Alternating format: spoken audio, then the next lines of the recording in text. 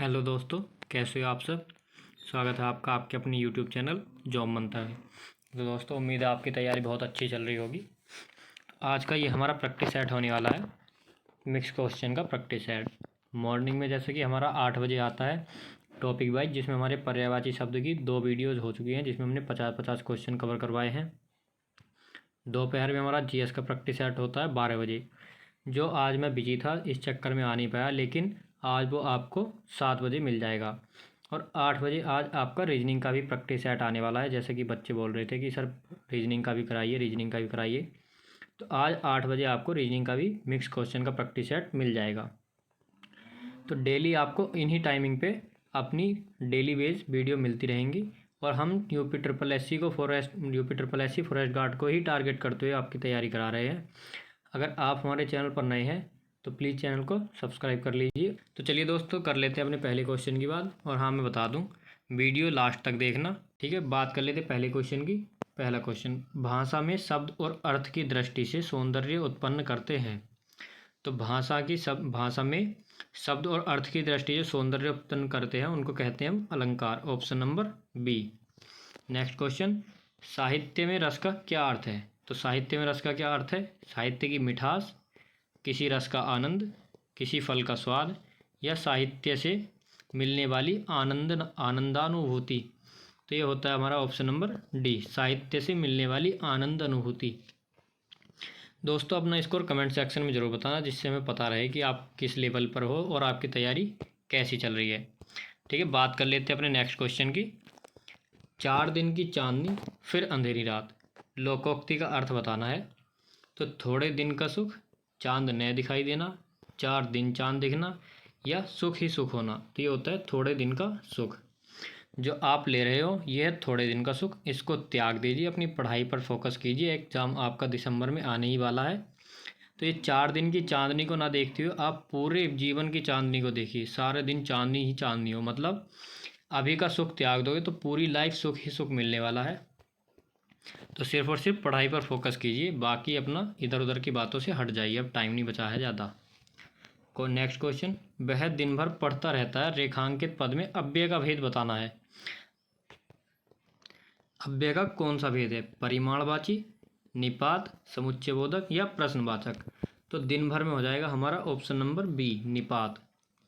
इसमें शुद्ध वाक्य बताना है, कौन सा शुद्ध वाक्य है हमारा। ऑप्शन नंबर ए, उसका शिमला जाना है, उसने शिमला जाना है, उससे शिमला जाना है, या उसे शिमला जाना है। तो ऑप्शन नंबर डी, उसे शिमला जाना है। नेक्स्ट क्वेश्चन की बात कर लेते हैं। दिए गए विकल्प में से कौन सा दूध का पर्यायवाची नहीं है। नहीं पर बहुत ज़्यादा फोकस करना है। आप कुछ बच्चे देख लेते हैं, नहीं को छोड़ देते हैं और है क्वेश्चन कराते हैं, बड़ी खुशी खुशी हमारा क्वेश्चन हो गया बिल्कुल सही। आपका क्वेश्चन या तो कॉलेज से निकलते ही, एग्ज़ाम हॉल से निकलते ही गलत हो जाता है, या फिर आपका क्वेश्चन बस में गलत हो जाता है। बस में कहने का मतलब है जब आप डिस्कस करते हो तो बस में गलत हो जाता है, पता पड़ता है कि नहीं भी था और हमने पढ़ा नहीं। तो इसलिए क्वेश्चन को बहुत ध्यान से पढ़ना है। तो बताना है, दुग्ध, दुग्ध दूध का पर्यायवाची होता है। पय भी दूध का पर्यायवाची, गोरस भी। तो क्या हो गया हमारा option number D, अमीय। Next question, उसने टेढ़ी चाल चली। तो इस वाक्य में कारक बताने की कौन सा कारक होगा। कर्म कारक, संबंध कारक, अधिकरण कारक, या कर्ता कारक। तो ऑप्शन नंबर ए, कर्म कारक। नेक्स्ट क्वेश्चन पर आते हैं। कौन सा शब्द तत्सम शब्द नहीं है। तो तत्सम शब्द नहीं है तो हमारा तद्भव है। तो हमें इसमें बताना है कि कौन सा शब्द तद्भव है। शोक, पृथ्वी, चंद्र, या परख। तो ऑप्शन नंबर डी हमारा तद्भव शब्द, तत्सम शब्द नहीं है। नेक्स्ट क्वेश्चन, किस विकल्प में सभी शब्द तद्भव शब्द हैं। तो जैसे आग, जीव और घर। तो ऑप्शन नंबर ए ही मिल गया। ये हमारे तीनों तद्भव शब्द हैं और ये तत्सम तत्सम तत्सम। ऐसा भी हो सकता है कि इनमें से एक तद्भव हो और बाकी 2 तत्सम हो, मतलब एक न एक आपको इधर उधर करके देगा और इसमें तीनों के तीनों ही तद्भव हैं। नेक्स्ट क्वेश्चन, यह मास जो चंद्रमा की, ये खाली स्थान बताना है आपको, के अनुसार गिना जाता है, यानी किसके अनुसार, गति के या रीति के। वह कहलाता है, क्या कहलाता है, मलमास या चंद्रमास। तो हमारा रीति के अनुसार नहीं गिना जाता, हमारा गिना जाता है गति के अनुसार। लेकिन गति के अनुसार आगे भी देखना, गति के अनुसार गिना जाता है तो क्या कहलाता है? मलमास नहीं कहलाता, चंद्रमास कहलाता है। तो ऑप्शन नंबर सी, न कि ए। तो हमारा यहाँ पर ऑप्शन नंबर सी राइट हो जाएगा। नेक्स्ट क्वेश्चन, ये रे ले वे किस प्रकार के व्यंजन है? तो दोस्तों हमने वर्णमाला 3 पार्ट में कराई थी। अगर आपने नहीं देखी है तो प्लेलिस्ट चेक कीजिए, उसमें आपको सबसे स्टार्टिंग में वर्णमाला के 3 पार्ट मिलेंगे और पूरी वर्णमाला हमने ट्रिक के साथ कराई थी और इस तरह से कि आपको उंगलियों पर याद करा दी थी क्लास में ही। आप एक बार क्लास देख लीजिए, उसके बाद आपको वर्णमाला के लिए कुछ भी अलग से पढ़ने की आवश्यकता नहीं पड़ेगी। उसके बाद हमने वर्णमाला का प्रैक्टिस सेट भी कराया था। आप वहाँ जाकर उस प्रैक्टिस सेट को लगाइए और अपनी तैयारी देख लीजिए कि हाँ हमने इस वर्णमाला से कितना सीखा। मैं दोस्तों यकीन के साथ, क्या दावे के साथ कह सकता हूँ कि आप 100% करोगे वो 3 वीडियोस देखकर वर्णमाला के 100% क्वेश्चन। तो एक बार ज़रूर देख लीजिएगा। तो यह रे ले वे ये होते हमारे अंतस्थ है, ऑप्शन नंबर बी। ऊष्म स्पर्श संघर्षी आयोग वहाँ सब बताए थे, यहाँ बताऊँगा तो वीडियो हमारी बहुत लंबी हो जाएगी। तो ये हमारा प्रैक्टिस सेट है, न कि टॉपिक वाइज क्लास। जो मॉर्निंग में टॉपिक वाइज क्लास होती है उसमें मैं चारों ऑप्शंस बताता हूँ कि चारों ऑप्शन एक क्वेश्चन से 4 क्वेश्चन कवर करते हैं हम।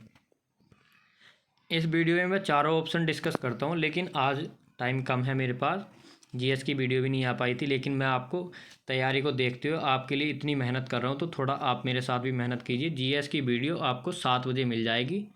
दिन में 12 बजे जो आती है वो नहीं मिली थी, आज 7 बजे मिल जाएगी आपको। और 8 बजे रीजनिंग का प्रैक्टिस सेट, तो देखना न भूलें। नेक्स्ट क्वेश्चन, बाल की खाल निकालना। तो बाल की खाल निकालना मुहावरे का अर्थ क्या होगा? बढ़ा चढ़ाकर बात कहना, गुण दोष की परख करना, बहुत मीन में एक निकालना। तो हमारा ऑप्शन नंबर सी, मुश्किल काम करना, ये भी गलत, ऑप्शन नंबर सी।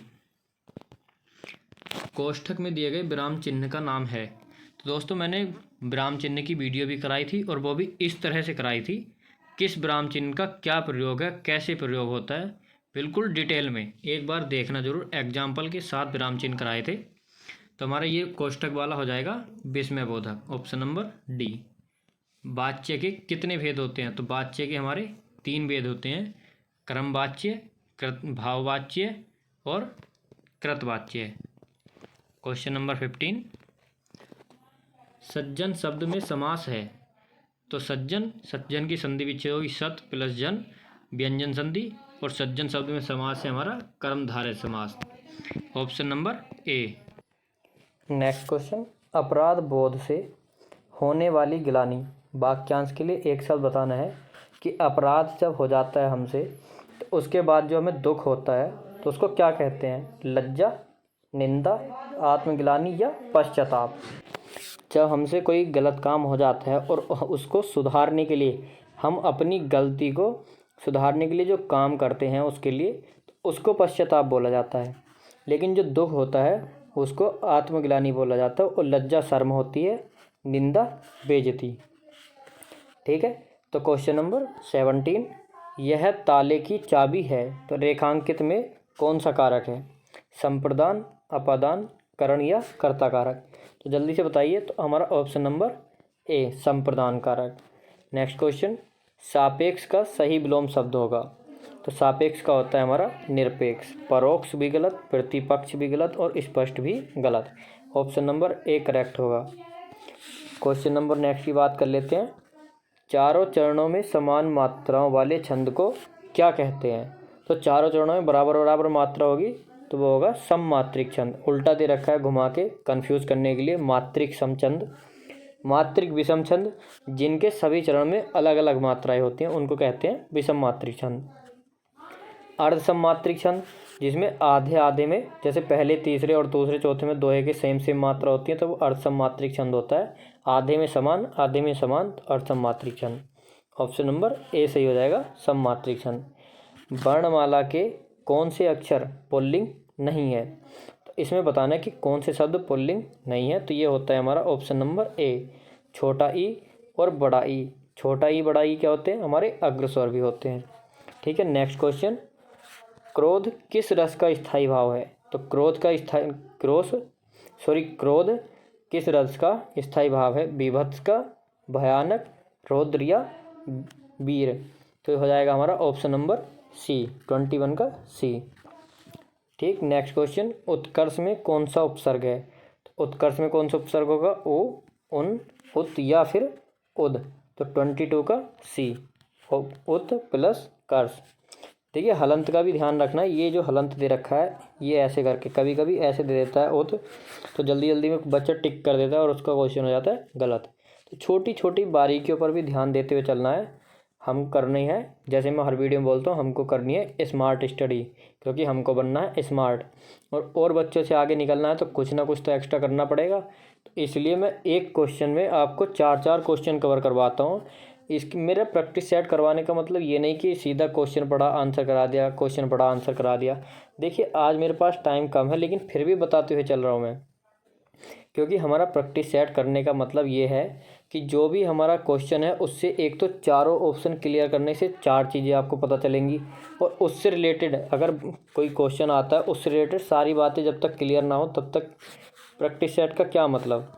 ठीक है, ऐसे तो आप भी लगा सकते हो, फिर ऑनलाइन प्रैक्टिस सेट का क्या मतलब। तो मैं चाहता हूँ कि एक क्वेश्चन से आपको ज़्यादा से ज़्यादा कम से कम 4 चीज़ें तो कवर हो ही जाएँ, और टॉपिक का थोड़ा बहुत पार्ट आपको तभी पता चल जाए उस क्वेश्चन से रिलेटेड। तो ठीक है, इसी तरह से मैं आपको प्रैक्टिस सेट कराता हूँ। आज टाइम कम है फिर भी करवा रहा हूँ, कोई बात नहीं। चलो आप ज़्यादा हो मेरे लिए, आपका एग्ज़ाम आ रहा है, मैं यहाँ सिर्फ आपके लिए बैठा हूँ, सिर्फ और सिर्फ आपके लिए। ठीक है, ये प्लेटफॉर्म आपको जॉब दिला के रहेगा, बाकी काम बाद में, पहले आपके लिए मेहनत। तो दोस्तों जैसे मैं आपके लिए लगा पड़ा हूँ वैसे ही आप मेरी हेल्प कीजिए। पिछली वीडियो में मैंने बोला था कि अगर एक बच्चा मुझको 10 सब्सक्राइबर भी देता है तो मेरे लिए काफ़ी है, मुझे ज़्यादा नहीं चाहिए। मुझे बस एक लेवल तक पहुंचना है, मुझे अपना क्राइटेरिया कंप्लीट करना है 1000 सब्सक्राइबर वाला। ठीक है, तो बच्चों प्लीज़ थोड़ा हेल्प करो। एक बच्चा 10 सब्सक्राइबर भी देगा तो मेरे लिए वो काफ़ी है। तो बात कर लेते हैं अपने क्वेश्चन की। भारतवर्ष में हिंदी को आप किस वर्ग में रखेंगे? राजभाषा, राष्ट्रभाषा, विभाषा या तकनीकी भाषा? तो हिंदी हमारी राजभाषा है, न कि राष्ट्रभाषा। दिए गए 4 विकल्पों में से प्रति का बहुवचन कौन सा विकल्प है? प्रतिवर्ग, प्रतियाँ, प्रतिया, प्रतिजन। तो 24 का हमारा हो जाएगा प्रतियाँ, क्योंकि प्रति का प्रतियाँ, प्रति वो होती है, वो जो होती है ना हमारे फोटोकॉपी, तो उसको प्रति बोलते हैं, प्रतिलिपि भी बोलते हैं, तो उसी तरह से प्रति होती है। तो उसकी तो ऑप्शन नंबर हमारा बी हो जाएगा। नेक्स्ट क्वेश्चन की बात कर लेते हैं, क्वेश्चन नंबर 25। अल्पाहारी शब्द के लिए उचित वाक्यांश, जो कंदमूल खाता हो, फल खाता हो, कम खाता हो या पकवान खाता हो। देखिए पकवान खाने के वाले तो पेटू हो जाते हैं, वो तो अल्पाहारी हो ही नहीं सकते। जैसे इसके नाम से ही पता चल रहा है, अल्प, अल्प होता है हमारा कम, और हारी यानी हरने वाला यानी ग्रहण करने वाला, तो कम ग्रहण करने वाला जो कम खाता हो। 25 का सी। क्वेश्चन नंबर 26, किस शब्द में कर्मधारय समास है? तो रणवीर, दुश्चरित, विचारमग्न या सिरदर्द।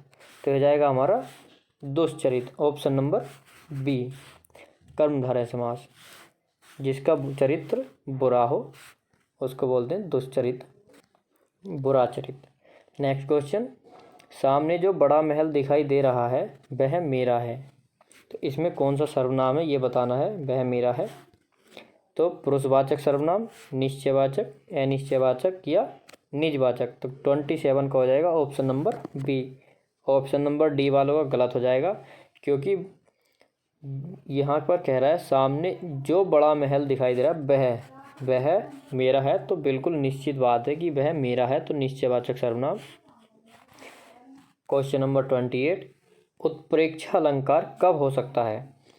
कब हो सकता है? जब उपमेय में उपमान की कल्पना हो, उपमेय व उपमान में समानता की स्थापना हो, उपमेय का निषेध कर उपमान की स्थापना हो, जब उपमेय पर उपमान का आरोप हो। तो ये होता है हमारा 28 का ए। जब उपमेय में उपमान की कल्पना की जा रही हो तब होता है हमारा उत्प्रेक्षा अलंकार। ठीक है, क्वेश्चन नंबर 29, उपनिषद, उपनिषद शब्द में एक प्रत्यय लगाने पर कौन सा शब्द बनेगा? औपनिषदिक, ये क्या लिखा है? उपनिषदिक, ये तो कभी नहीं बन सकता। औपनिषद या औपनिषदिक, तो 29 का हो जाएगा हमारा ऑप्शन नंबर ए। देखिए इन दो का तो कोई मतलब ही नहीं बनता और इसमें तो एक प्रत्यय है ही नहीं, तो ऑप्शन एलिमिनेट कर लीजिए। मैं वीडियो में बताता हूँ कि ऑप्शंस को एलिमिनेट करना सीखिए अगर आपको उसका सही आंसर नहीं पता है तो। इसका तो खैर आपको पता ही होगा। नेक्स्ट क्वेश्चन देख लेते हैं। राम अयोध्या के राजा थे, तो इसमें कौन सा चिन्ह युक्त है? अल्प विराम, पूर्ण विराम, हंस पद या रेखिका? क्वेश्चन नंबर 30 का बी। ये लगा है ना लास्ट में पूर्ण विराम। और ये क्या होते हैं आपको बताया था मैंने, इनको इंग्लिश में बोलते हैं कॉमा, इन्वर्टेड कॉमा, और हिंदी में बोलते हैं उद्धरण चिन्ह। ठीक। Next question.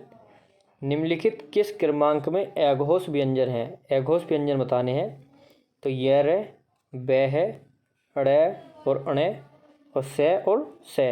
तो 31 का ऑप्शन नंबर हमारा डी हो जाएगा। मैंने आपको बताया था जो हमारे कै से लेके पै वर्ग है उसमें तो कोई भी हिसाब लगा लेता है कि पहला दूसरा अघोष, तीसरा चौथा पांचवा सघोष। लेकिन जब ऐसे शब्द आते हैं से और से, इसमें बच्चा कंफ्यूज हो जाता है। इसमें पता नहीं पड़ पाता कि कौन सा है। वर्णमाला मैंने आपको इतने अच्छे से समझाया था कि आप कभी भूलोगे ही नहीं। तो जिन बच्चों ने हमारे साथ वर्णमाला का चैप्टर किया था उन्होंने इसका आंसर देखते ही लगा दिया होगा, और जिन्होंने नहीं देखी है वो जा कर के देख लीजिए। Next question, question number 32। इसमें बताना है कि कौन सा वाक्य शुद्ध है। ऑप्शन ए, अपराधी को न्यायालय द्वारा 2 वर्षों की सज़ा दी गई। 2 वर्ष की सज़ा अपराधी को न्यायालय द्वारा दी गई, अपराधी को सज़ा न्यायालय द्वारा 2 वर्ष की दी गई, या फिर अपराधी को 2 वर्ष की न्यायालय द्वारा सज़ा दी गई। तो क्वेश्चन नंबर 32 का हमारा ए ही ऑप्शन सही हो जाएगा।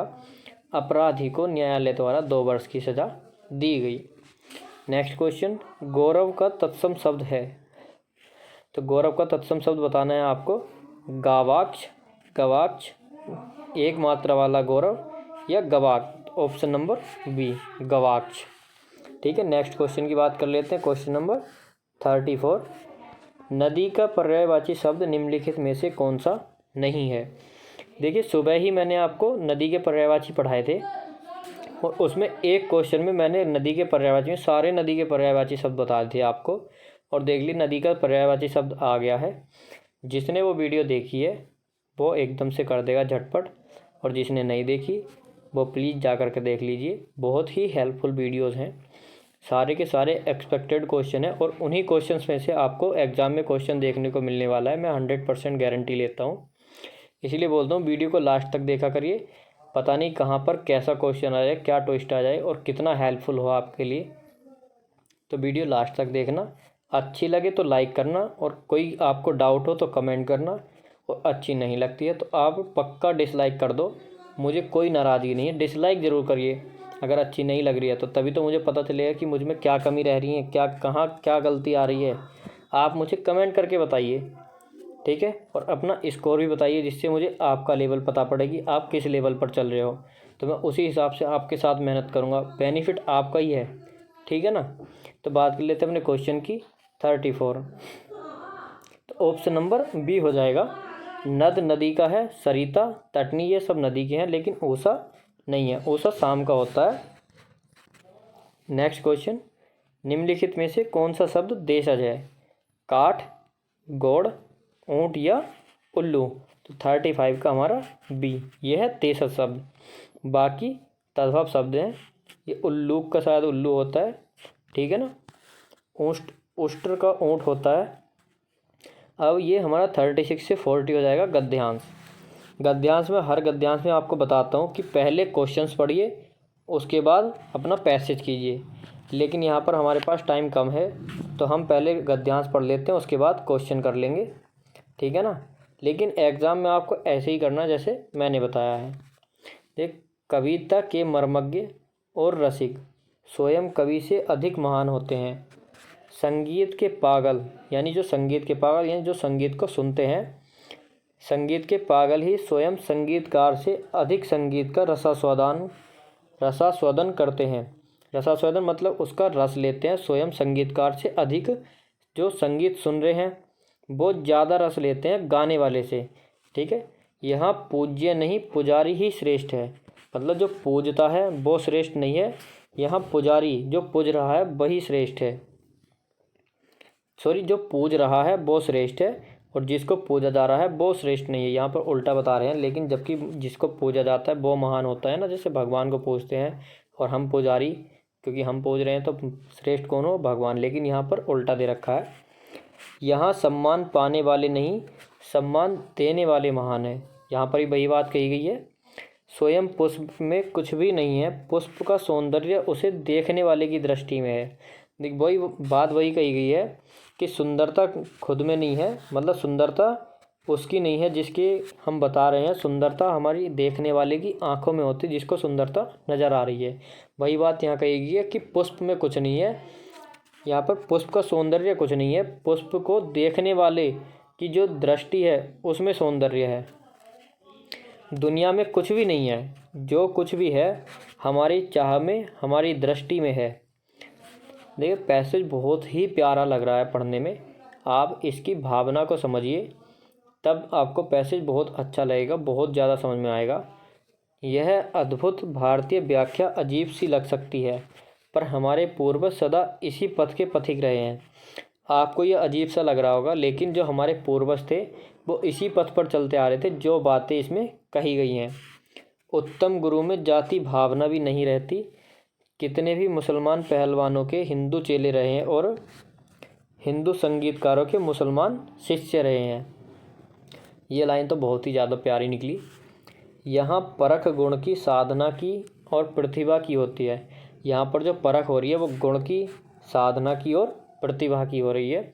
भक्ति और श्रद्धा की ही कीमत है, न कि जाति संप्रदाय आचार विचार या धर्म की। भक्ति और श्रद्धा की कीमत होती है, सिर्फ जात पात ये कुछ नहीं होता, धर्म कुछ नहीं होता। धर्म एक ही धर्म है, ये तो सब ने बस मिल करके बना लिए हैं, कोई हिंदू मुस्लिम नहीं होता, सब भाई होते हैं। अगर देखा जाए तो सब भाई हैं आपस में, सब भारतीय हैं। लेकिन आजकल तो पता नहीं क्या क्या चलता है। ठीक है, मैं ज़्यादा बात नहीं करूँगा इस पर। मुझे पढ़ाया लिखाया था एक विद्वान मुसलमान ने ही, और आज मैं जिस स्थान पर पहुंचा हूं, जो सम्मान और प्रतिष्ठा मुझे मिली है, उस सब का श्रेय मेरे उन्हीं गुरु को है।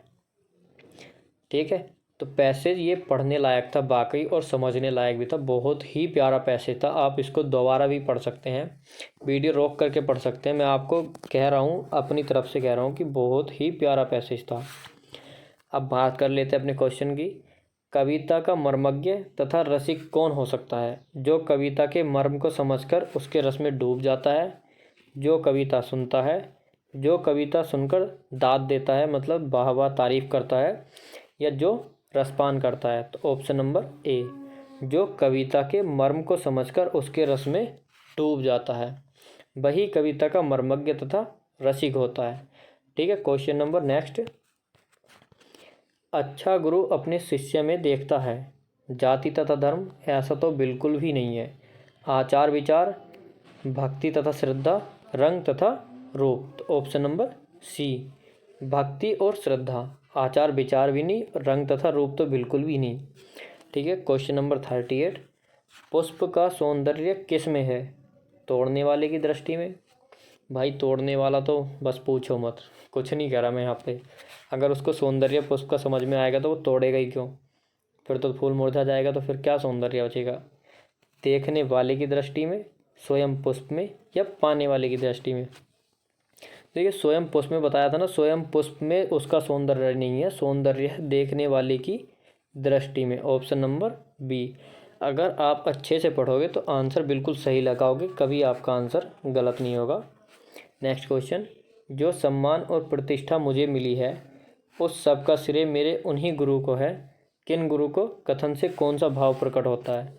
गुरु के प्रति घृणा, बिल्कुल गलत बात। गुरु के प्रति अपनापन हो सकता है, आगे पढ़ लो। गुरु के प्रति शिष्य भाव, ये भी हो सकता है। गुरु के प्रति श्रद्धा, तो कौन सा भाव प्रकट होता है आप अपनी तरफ से बताइए। तो 39 का ऑप्शन नंबर सही हो जाएगा, गुरु के प्रति श्रद्धा। ये सब श्रद्धा वाली तो बात है, ठीक है ना। Next question. पथ, पथ शब्द का उचित समानार्थी शब्द। मार्ग, भोजन, यात्री या पथिक। तो क्वेश्चन ऑप्शन नंबर ए पथ होता है हमारा मार्ग, रास्ता। ठीक। नेक्स्ट क्वेश्चन, निम्नलिखित में से कौन सा विराम चिन्ह ऐसा है जो हिंदी में अंग्रेजी भाषा से लिया गया है? तो हिंदी में कौन सा विराम चिन्ह अंग्रेजी भाषा से लिया गया है? तो 41 का डी, पूर्ण विराम। नेक्स्ट क्वेश्चन, वहाँ जाओ किस प्रकार का वाक्य है? एक मिनट क्वेश्चन देख लेता हूँ, मुझे इसमें थोड़ा सा डाउट हो रहा है। हाँ देखिए, मैंने भी गलत पढ़ लिया, नहीं लिया गया है, इसीलिए मुझे डाउट हुआ था, क्योंकि पूर्ण विराम तो हमारा इंग्लिश में आता ही नहीं है। ऐसे गलती हो जाती है, जैसे मुझसे गलती हो गई ना, मैं आपसे तो कहता हूँ देखो कि बिल्कुल ध्यान से पढ़िए, लेकिन जल्दी जल्दी के चक्कर में मैंने नहीं छोड़ दिया और क्वेश्चन हो गया था हमारा गलत। वो तो एकदम से दिमाग में आया कि पूर्ण विराम, जब मैंने आपसे बोला ना पूर्ण विराम, तो पूर्ण विराम तो इंग्लिश में होता ही नहीं है। फिर मैंने क्वेश्चन देखा कि क्वेश्चन में पूछना क्या चाह रहा है। तो यहाँ पर देखिए ये कोमा होता है, और ऑप्शन नंबर बी ये हमारा अल्प विराम, सॉरी अर्ध विराम होता है, ये अल्प विराम होता है, और ये प्रश्नवाचक चिन्ह। ये तीनों इंग्लिश में होते हैं, लेकिन ये इंग्लिश में नहीं होता, इंग्लिश में पॉइंट होता है। ठीक है, इस तरह से गलतियाँ हो जाती हैं, मुझसे भी हो गई, इसके लिए माफ़ी चाहता हूँ, लेकिन मैंने मतलब दिमाग में आ गया, हैंड टू हैंड बता दिया आपको। वहाँ जाओ किस प्रकार का वाक्य है? निषेधवाचक, तो मना तो किया ही नहीं गया है, देखते ही काट दीजिए।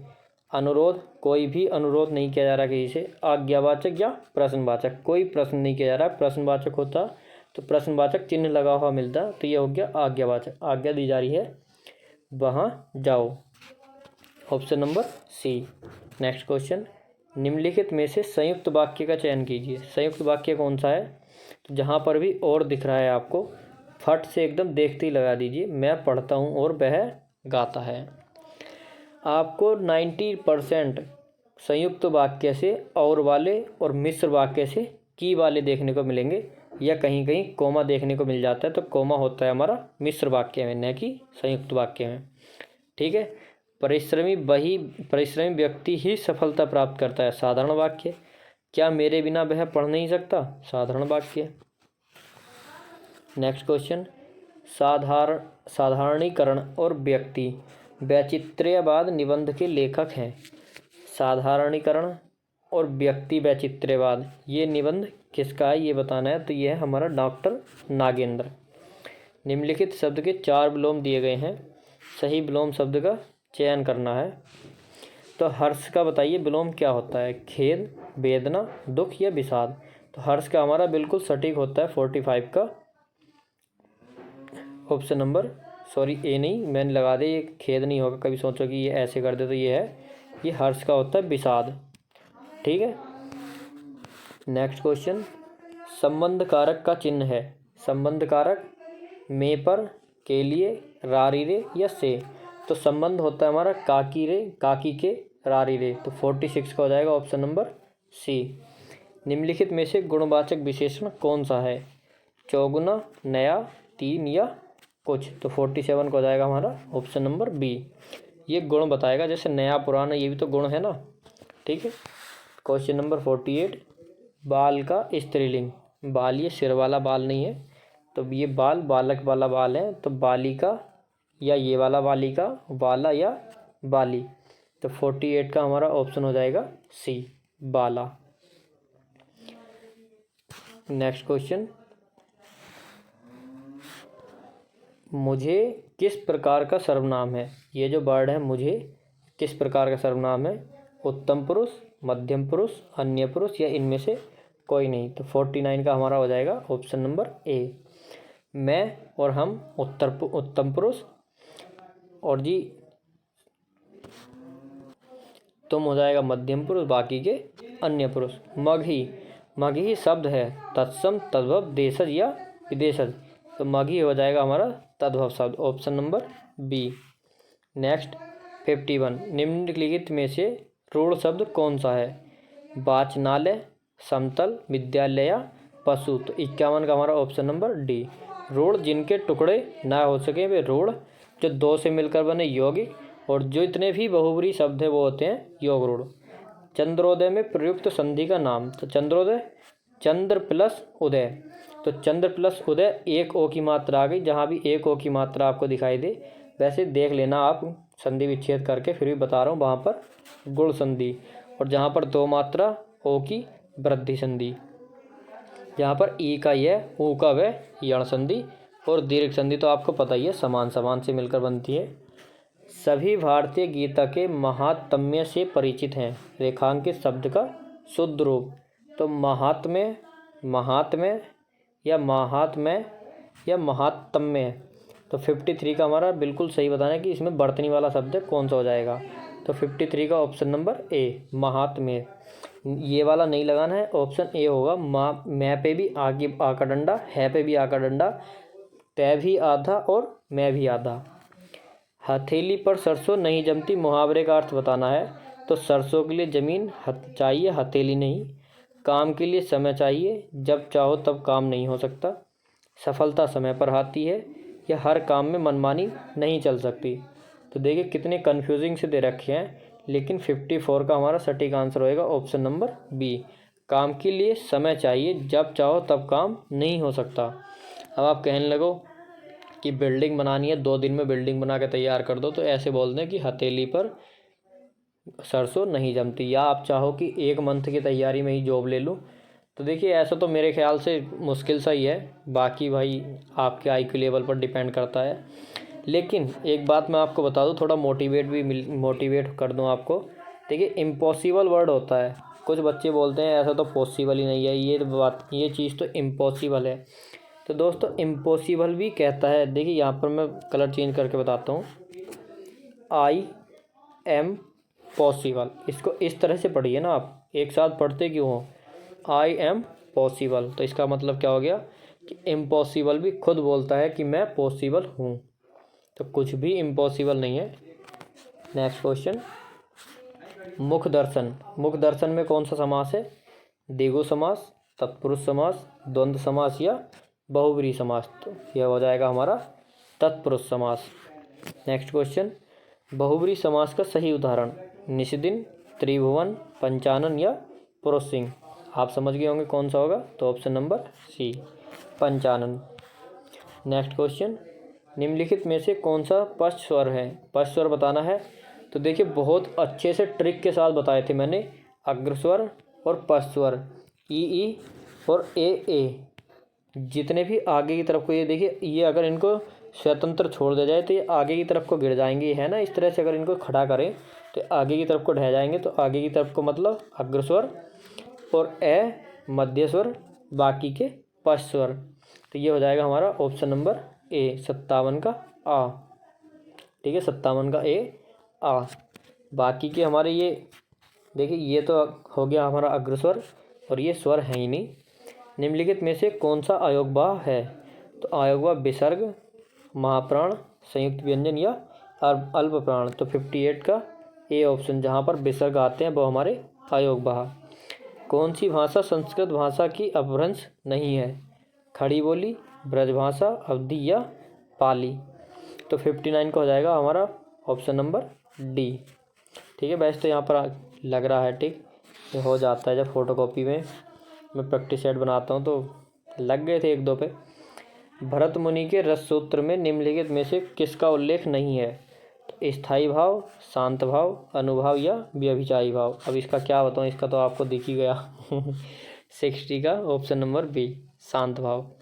तो दोस्तों वीडियो अच्छी लगी हो तो लाइक करें, अगर अच्छी नहीं लगी हो तो आपसे बोल रहा हूँ कि आप डिसलाइक करिए। लाइक से मुझे कोई इनकम नहीं हो रही, इनकम तो मुझे होती नहीं है। मैं सिर्फ ये चाहता हूँ कि मेरे पढ़ाए हुए में से आपके एग्ज़ाम में फंस जाए और बच्चे आके मुझसे कहें कि सर आपका पढ़ाया हुआ आ गया, तो उससे बड़ी खुशी, और उस खुशी की तो आप कीमत आँक ही नहीं सकते। तो सिर्फ मुझे वो खुशी चाहिए, बाकी कुछ नहीं चाहिए। बाकी आपका सपोर्ट चाहिए दोस्तों, आपका सपोर्ट और प्यार ऐसे ही मिलता रहे, तो बस इससे ज़्यादा मेरे लिए कुछ नहीं है। मैं आपसे फिर कहता हूँ, एक बच्चा 10 सब्सक्राइबर देगा तो मेरा क्राइटेरिया कंप्लीट हो जाएगा, और मुझको थोड़ा फैसिलिटी मिल जाएगी यूट्यूब पर, थोड़े ज़्यादा ऑप्शन कब मिल जाएंगे मुझे। तो दोस्तों मेरा एडसेंस अकाउंट हो जाएगा। तो चलिए ज़्यादा बातें ना करते हुए आप इस वीडियो की PDF के लिए हमको टेलीग्राम चैनल पर ज्वाइन कर सकते हैं, उसकी लिंक डिस्क्रिप्शन में दी हुई है। वीडियो अच्छी लगी हो तो लाइक करिए, दोस्तों के साथ शेयर करिए, और हमारे चैनल पर नए हो तो चैनल को सब्सक्राइब कर लीजिए।